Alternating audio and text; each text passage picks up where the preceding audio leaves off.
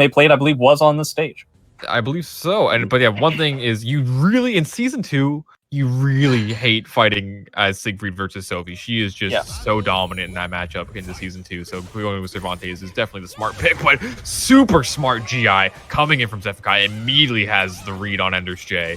Yeah, definitely wants to start this off with something, trying to set the tempo as quickly as he can. And it looks like what Zeph wanted to do is try and make Enders make a mistake, but Enders actually was very calculated with how he ended up getting back to the middle of the stage. Yeah, but unfortunately going to be walking in right into that counter hit TAS A. And it's also pretty important to note the meter disparity so quickly as well. Wow, very great backdash catch. Yeah, great stuff from Xephukai. And yeah, huge meter advantage. He's going to have the soul charge already online. Doesn't pull the trigger on it yet. Going to try and save it for later. Yeah, there's no need to. Ender's J showing that he has those IGDRs ready to go as soon as you make a whiff.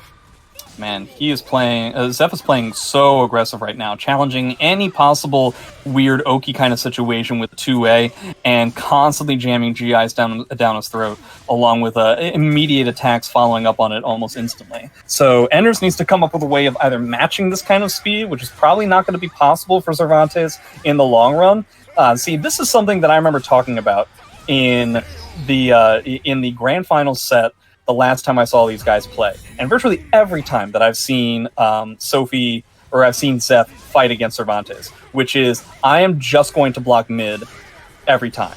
And the 3B is never going to hit me, unless it's a whiff punish, is never going to actually mix me up, and I'm just going to eat the grabs if I need to.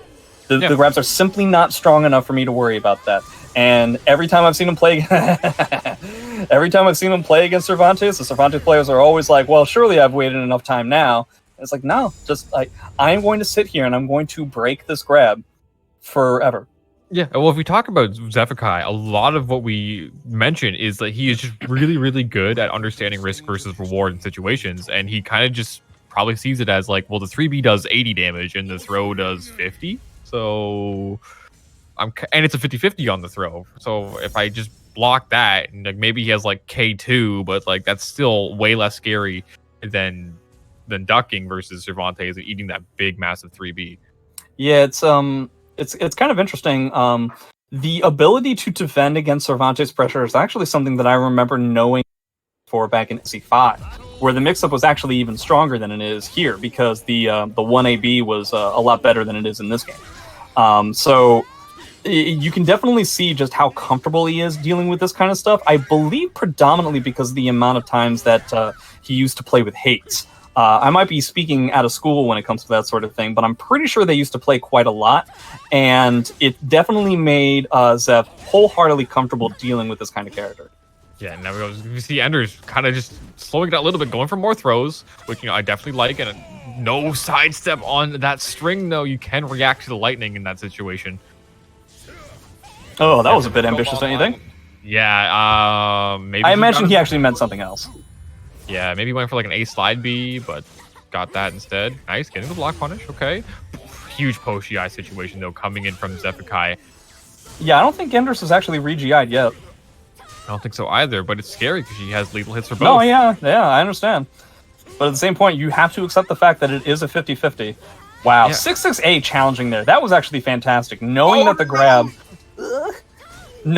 was going to potentially like give him like a ring out or at least a hefty wall combo. 6-6-8 again, but he doesn't get the punish. Oh, and he tried to trade again with the 3B. Just do the grab, bro. Yeah, he's not going to get hit by that, dude.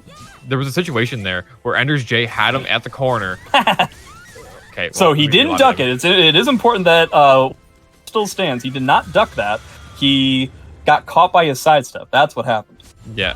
So he had Xephukai against the wall, and he went for the 2A plus B after waiting, but he had the untackable command grab, which he could have used to get a pretty decent damage situation off of it. I appreciate the fact that Zeph is using so many of these tech crouches to try and go in and continue the damage. Because it's definitely trying to take advantage of the fact that Enders is definitely having an issue trying to properly whiff punish quick enough.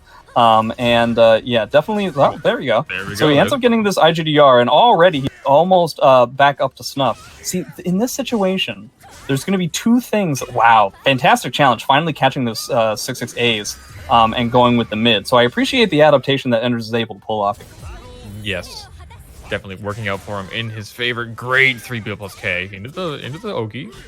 Notice how he isn't going for highs like virtually at all anymore. The only time that is to whiff punish 6-6A.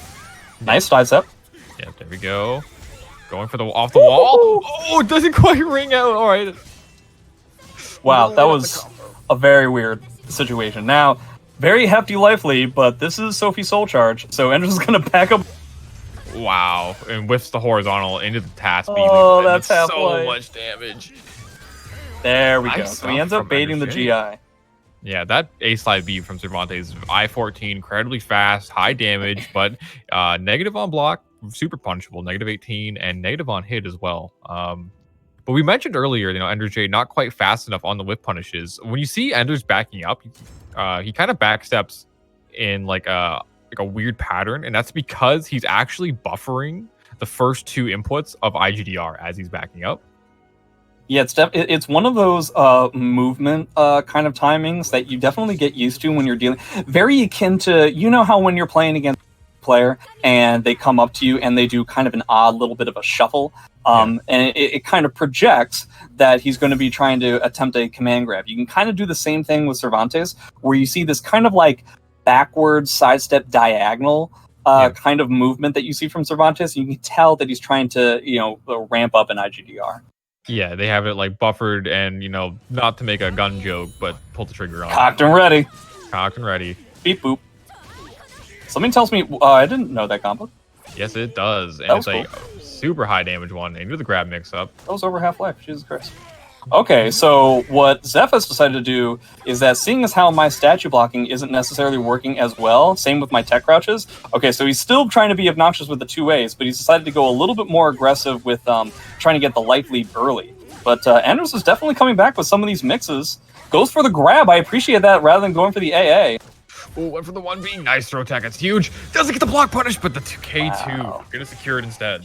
Yeah, definitely having a tough time getting that whiff punish appropriately, but still getting at least like a mix kind of thing going on, which is nice. Because the punish isn't that heavy. It's just a matter of like getting it as many times as Zeph is giving it to you. Yeah, gets a side throw there. No punish. You expected the follow up on the full string.